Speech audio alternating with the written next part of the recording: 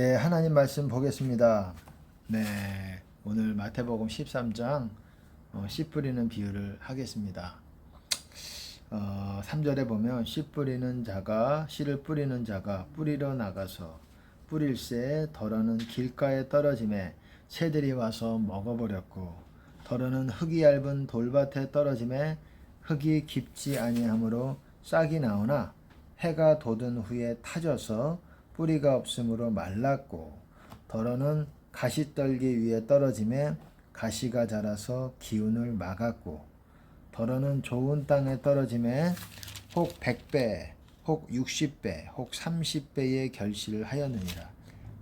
100배 60배 30배라는 것은 씨를 뿌린 거에 의해서 비하면 거기에 60배 30배 그리고 뭐 100배 우리가 씨를 뿌린 거에 비해서 뿌렸다고 그대로 열매가 나는 게 아니라 심지어 어떤 것들은 뭐 마르고 또 기운이 막혀서 그 열매를 맺지 못하고 또 열매가 났다고 할지라도 그 씨를 뿌린 분량에 비해서 그거에 30배가 되기도 하고 60배가 되기도 하고 100배가 되기도 한다는 것이에요.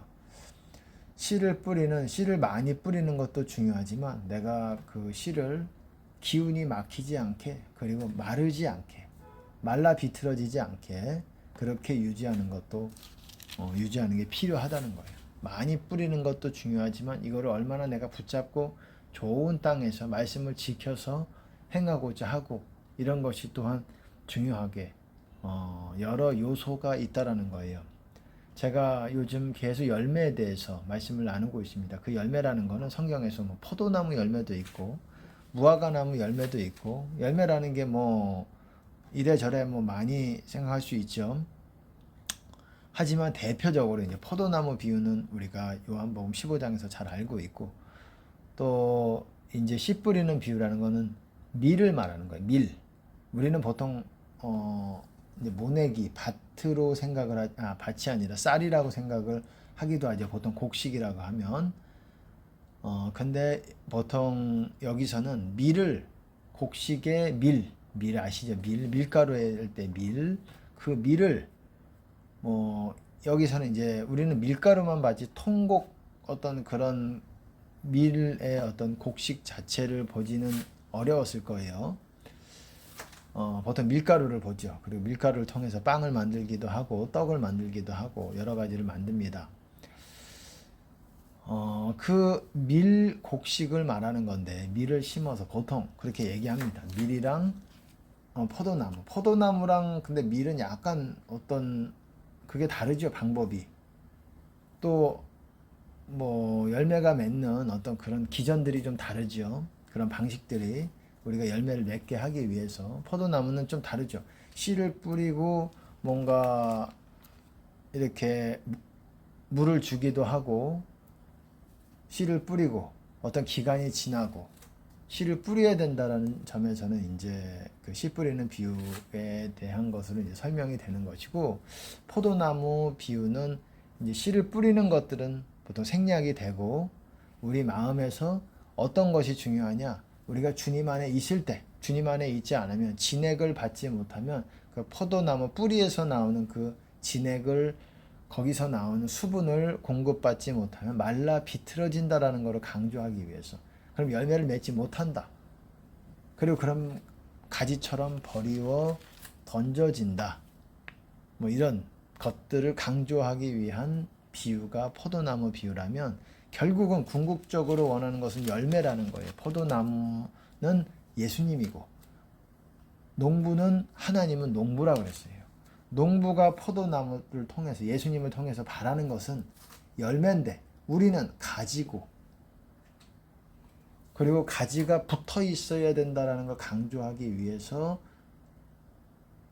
비유로 말씀하신 것이 포도나무 비유라면 씨 뿌리는 비유라는 그것도 열매를 많이 맺어야 된다라는 그런 목적이 있어요. 그것이 중요한데 그 열매를 많이 맺기 위해서는 씨를 뿌려야 된다는 거예요. 씨를 안 뿌리고 어떻게 열매를 맺을 수가 없죠. 물만 주고 씨는 안 뿌렸어요. 물만 주고 되는 게 아니죠. 또한 씨를 뿌렸어요. 뿌리고 끝이 아니라는 거예요. 끝이 아니라는 거예요. 물도 줘야 되고 어떤 그 일련의 어떤 과정들이 필요하다는 것을 말씀하기 위해서예요. 두 가지가 또 어떻습니까? 좋은 열매 맺지 못하는 나무마다 찍혀 불에 던지우리라. 열매에 대해서 강조하고 있습니다. 찍혀 불에 던져진다라는 건 말 그대로 지옥 간다라는 거죠. 버림받는다라는 거죠. 여러분, 씨 뿌리는 비유가 그렇게 중요합니다. 제가 핵심 요지만 말씀을 드릴게요. 이거에 대해서 잘 알고 있을 거라고 생각을 합니다. 이 제 설교를 들으시는 분이라면 이거에 대해서 많이 여러분이 보셨을 거라고 생각을 합니다. 간단하게 뭐 길가, 돌밭, 가시떨기, 좋은 땅 이렇게 네 가지 땅을 비유로 말씀하시는데 뭐 이 네 가지만 있겠습니까? 사실 뭐 이거 섞여져 있을 수도 있겠죠. 뭐 돌밭도 있고 가시떨기도 있고 그 마음이 한 사람의 마음이 뭐 같은 마음이 있겠습니까? 나는 돌밭이다, 나는 길가다 이렇게 말하기가 어려운 부분이 있고 섞여 있는 것도 있고 중요한 건 어떤 돌밭에 심었더니 말랐다 이거예요. 말랐다라는 게 뭡니까? 드라이하다라는 거잖아요. 이 물기가 없다라는 거예요. 수분이 없다라는 거. 돌이라는 게 뭔지 거기에 대해서 구체적으로 나오진 않지만 저는 뭐 대충 알고 있습니다. 우리의 완악한 마음들, 우리가 깨지지 않은 마음들을 말하는 거예요. 산산조각난 마음이 되어야 우리 마음이 겸손해지고 하나님을 순종하는 게 수월한데 마음이 딱딱하면 딱딱할수록 우리가 하나님의 성령에 부드럽게 인도함을 받을 수 없다라는 거예요. 그래서 수분이 공급이 안 되는 거예요. 수분은 성령을 말하는 것인데 성령은 수분이기도 하고 열매이시기도 해요. 여러분 성령의 비라고도 말했죠. 그리고 성령의 열매라고도 얘기하죠. 이게 무엇이냐? 성령의 비를 흡족하게 받아야지만 여러분 뭡니까? 흡족하게 받아야지만 성령의 열매를 맺을 수 있는 거예요. 우리 안에 성령께서 거하실 수 있는 영적 준비 상태가 되는 거예요. 이거를 말하는 거예요. 그리고 이 열매라는 게 뭡니까? 온전함에 이르는 열매 이렇게 표현하고 있어요. 이게 마태복음에서는 그렇게 말하지 않지만 이게 마가복음인지 누가복음이었던 걸로 제가 정확하게 모르겠지만 씨 뿌리는 비유가 마가복음, 누가복음, 마태복음 다 있어요. 그 중에서 어쨌든 마가복음인지 누가복음인지 거기서 나오는데 온전함에 이르는 열매라고 말하고 있어요. 이게 무슨 말이겠습니까? 쉽게 말하면 온전하기 위해서, 온전이라는 건 우리가 주님 안에 있는 상태를 유지하는 것을 온전이라 그래요. 주님 안에 있는 상태를 계속 유지하는 거. 완벽하게 퍼펙션, 퍼펙트라고도 하고 퍼펙션, 완전함을 우리가 주님 안에서, 그게 구원인데 우리가 그러지 못하는 경우들이 많잖아요. 그래서 그러기 위해서는 열매를 맺어야 된다. 거기로 가기 위해서, 완전함으로 가기 위해서 열매가 필요하다라는 것을 말하고 있다라는 거예요. 그것으로 가기 위해서 열매가 필요하다라는 것을 말하고 있는 거예요. 열매라는 게 그런 거예요. 열매 로마서에서도 나오고 또 곳곳에 나옵니다. 세례 요한도 얘기하고 열매 없으면 찍혀 불에 던져진다. 모든 가지 무릇 열매 없는 가지는 아버지께서 재버리시고 제거하신다라는 거예요. 뭡니까? 버림받는다라는 거예요. 포도나무 비유에서 또 나오는데 어쨌든 오늘은 이 밀곡식이라는 그것을 추수하는 그런 방식으로 비유를 주셨는데 여러분 여기서 어쨌든 씨앗을 뿌려야 된다는 거예요. 씨앗은 말씀입니다. 여러분 말씀을 읽어야 돼요. 말씀을 읽어야 여러분 열매가 맺지 않겠습니까? 열매가 맺어도 뭐 말씀 읽는 만큼 맺으면 좋겠지만 그러지 못할 수 있다라는 거예요. 30배, 60배, 100배. 그 읽는 부분에 차이가 있다라는 거예요. 그것은 그 마음이 어떤 밭이냐, 그 사람이 어떤 사람이냐, 말씀에 대해서 어떻게 생각하고 있느냐에 따라 달려있죠. 어쨌든 돌밭에 떨어졌다라는 것은 뿌리가 없으므로 말랐다 이거예요. 뿌리를 내리지 못한다라는 거예요. 마음이 완악해서. 그 씨앗이 뿌리를 내려야 되는데 깊게 깊게 내려서 그것이 견고하게 세워져야 되는데 말씀이 견고하게 뿌리가 내리지 못한다는 게 뭡니까? 그 말씀을 받지 않는다는 거죠. 왜? 내 주관이 뚜렷하기 때문에. 내 주관이 뚜렷하니까 말씀이 내 안에 있을 수가 없는 거예요.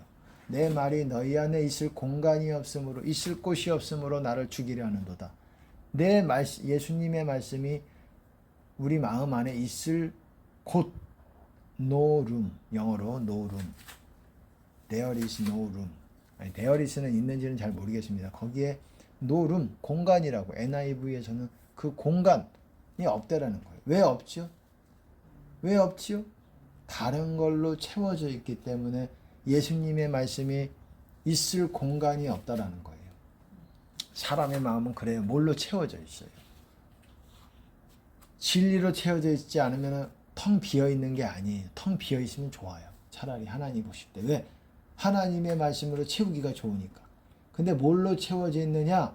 자기의 철학, 자기의 주관, 인생의 어떤 철학, 자기가 고집스럽게 붙들고 있는 악한 꾀, 이런 것들로 채워져 있다는 거예요. 그러니까 하나님 보시기에는 어린아이 같이 마음이 좀 비어있는 사람들, 그런 사람들이 진리가 들어가기 아주 수월하지요. 그렇기 때문에 어린아이에게는 드러내심을 감사나이다. 지혜롭고 슬기로운 자들에게는 숨기시고 어린아이들에게는 나타내심을 감사합니다. 여러분, 왜? 마음이 악한 지혜와 깨로 채워져 있지 않기 때문에, 비어있기 때문에 그들은 항상 목말라요. 진리를 찾고 있어요. 왜? 자기 주관이 없기 때문에, 버렸기 때문에. 주님의 진리가 들어가면 바로 받아들입니다. 이런 자들이 겸손한 자들이라고 말씀하고 있는 겁니다. 또 그렇게 순종하고 있고, 그 말씀을 순종하려고 하고, 이런 자들이 천국이 어린아이 같은 자들의 것이다. 누구든지 어린아이같이 자기 하나님 나라를 받들지 않으면, 리시브예요.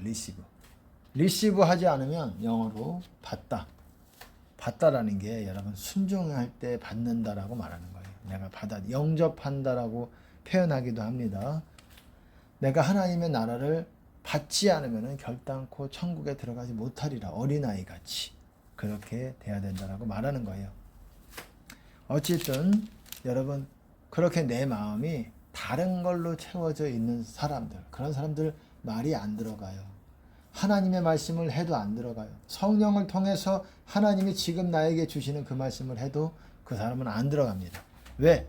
그 마음 안에 있을 공간이 없기 때문에 안 들어가요. 안 들어가는 거예요. 자기께 채워져 있기 때문에. 그게 뭘까요? 내가 뭐 이런 거 있잖아요. 세상 사람들이 어떤 생각하는 세상 표현으로 말하자면 개똥 철학이라고 그렇게도 말하기도 하죠. 자기만의 철학. 자기가 인생을 살면서 너무 착하면 안 돼. 이렇게 자기가 만들어낸, 착하면 안 되고 좀 못돼야 돼. 그리고 다른 사람들에게 좀 악해야지 대접받아. 이런 자기가 만들어낸 어떤 철학들. 이 땅에 살아가기 위해서. 하나님은 그거를 제시하신 게 아니에요. 우리에게 제시하신 것은 아주 약한 자 같은 것들을 계시하셨어요. 가난한 자가 복이 있다. 그리고 온유한 자가 복이 있다. 심령이 가난한 자가 복이 있다. 화평케 하는 자들, 피스메이커가 복이 있다. 마음이 순수한 자들이 복이 있다. 세상 사람들은 그렇게 생각 안 해요. 세상 사람들은 더 못돼져야 되고, 더 다른 사람의 머리 꼭대기에 있어야 되고, 머리에 올라타 있어야 되고, 다른 사람들을 주물럭주물럭 해야 되고, 좌지우지 해야 되고, 이래야 내가 본인이 살아남는 거다. 근데 마귀가 준 음성입니다. 마귀가 준 메시지를 받아 먹고 살아왔고, 그렇게 행동해 왔고, 그것이 자신의 철학의 기준이었어요. 그런 게 있기 때문에 확고하게 딱딱하게 돌같이 굳어져 있기 때문에 진리가 하나님을 성령을 통해서 말씀이 나가도 들어가지 않아요. 튕겨 나가요. 그런 사람들이 아주 못된 사람들이냐? 그렇지 않아요. 자기 주관이 너무 굳은 사람들. 그거를 사람들에게 드러내지는 않지만 아주 있어요. 드러내지 않고 또 착한 모양으로 포장할 수도 있어요. 하지만 하나님만이 그 중심을 아신다라는 거예요. 이 사람이 어린아이 같고 이 사람 안에 진리가 들어가는 사람이고 하나님만이 아시는 거예요. 오늘은 하나님이 이 말씀을 주시는 것 같아요. 어린아이 같은 그런 마음. 누구든지 어린아이 같이 돌이켜 어린아이 같이 되지 않으면 결단코 천국에 들어가지 못하리라. 왜 돌이켜라고 말씀하셨을까? 영어로 보시면은 converted, 바뀌어지는 거예요. 그러니까 역으로, 거꾸로 어린아이 같이 되지 않으면 천국에 들어가지 못하리라. 왜 거꾸로라는 표현을 했냐 이거예요. 왜 converted? 왜 돌이켜야 되냐? 사람은 점점 어른스러워집니다. 나이가 먹어가면 어른스러워져요. 더 자기의 생각과 꾀가 아주 극대화가 됩니다. 나이가 먹어가면서. 근데 어렸을 때는 그러지 않죠. 일반적으로 평준화 비슷해요. 하지만 나이 먹어가면서 환경의 영향을 받으면서 점점 마음이 굳어지고 꾀와 이런 것들이 아주 뱀 같아요. 세상 말로도 그렇게 말하잖아요. 마음에 구렁이가 몇 마리 있다. 구렁이가 2마리 있다. 저 사람 마음에는 구렁이가, 세상 사람들도 그런 표현들을 쓰잖아요. 뱀 아니에요, 뱀. 구렁이가 몇 마리 들어있다. 좋은 말이 아니잖아요. 그 사람이 그만큼 꾀를 많이 쓰는 사람이고 머리를 악하게 많이 굴리는 사람이다라는 표현이잖아요. 이런 사람들은 천국에 가기가 어렵다라는 거예요. 돌이키기가 어렵다라는 거예요. 마음에 확고하기 때문에. 이런 사람들의 마음은 돌밭과 같아서 어떻습니까? 말라요. 성령께서 거기에 침투가 안 돼요. 침투가. 너무 딱딱하기 때문에. 말라버린다라는 거예요. 씨앗이 심겨져도. 일시적으로 기쁨으로 받을 수도 있어요. 말씀을 기쁨으로 받을 수도 있지만 이게 버린다라는 거예요. 뿌리가 없으므로 그 씨앗이 마른다라는 거예요. 그래서 씨앗도 있어야 되고 물도 있어야 된다라는 거예요. 씨앗도 있고 물도 있어야 돼서 그래야 열매를 맺는데, 또한 씨앗과 물이 있다고 하더라도 여러분 좋은 땅이 돼야 된다라는 거예요. 그 어린아이 같은 돌밭 같지 않은, 뿐만 아니라 어떤 사람들은 가시떨기 같이 기운을 막는다라고 말하고 있어요. 하나님의 말씀의 그 기운, 그 씨앗의 기운을 막아서 못한다. 그 기운이라는 게, 그 씨앗의 기운을 막는다라는 게, 그 막는 게 뭡니까? 가시떨기라고 말하고 있어요. 그 가시떨기라는 거는 뭐라고 말합니까? 세상의 염려와 재물의 유혹과 염려, 고민하고 두려워하고, 그리고 말씀은 담대하게 하는 것이고 믿음의 말씀인데 두려워하고, 그리고 물질 같은 거, 그리고 재물의 유혹, 그리고 마가복음, 마태복음에서는 쾌락이라고도 말하고 있고 또 욕심이라고도 말하고 있습니다. 러스트라고도 말하고 있고 플레저리라는 것은 어떤 기쁨, 세상 즐거움, 이런 것들로 인해서 말씀의 기운이 막힌다라는 거예요. 말씀의 기운이 막혀서 열매를 맺지 못한다라는 거예요. 그러니까 씨앗이 심겨져도 욕심과 즐거움과 세상 즐거움 이런 거 누리면서, 그리고 부를 누리면서, 그리고 또 어떻습니까? 부를 누리면서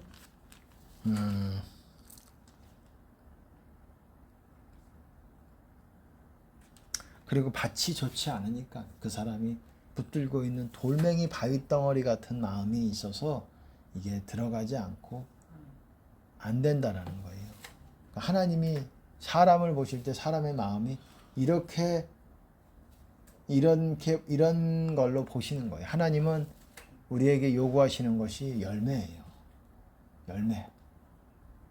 결국은 열매로서 너희가 열매를 많이 맺으면 아버지께 영광이 될 것이요 영광을 받으신다라고 하시잖아요. 여러분 그렇습니다.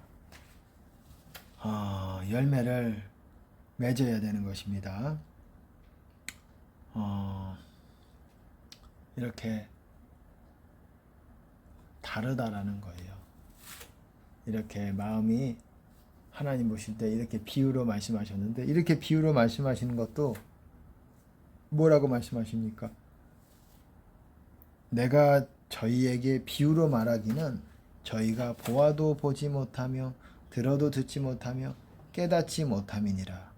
이사야가의 예언이 저희에게 이루었으니, 유대인에게 하시는 말씀이고, 유대인에서 또 구원받는 자가 있겠지만 유대인은 가려졌어요.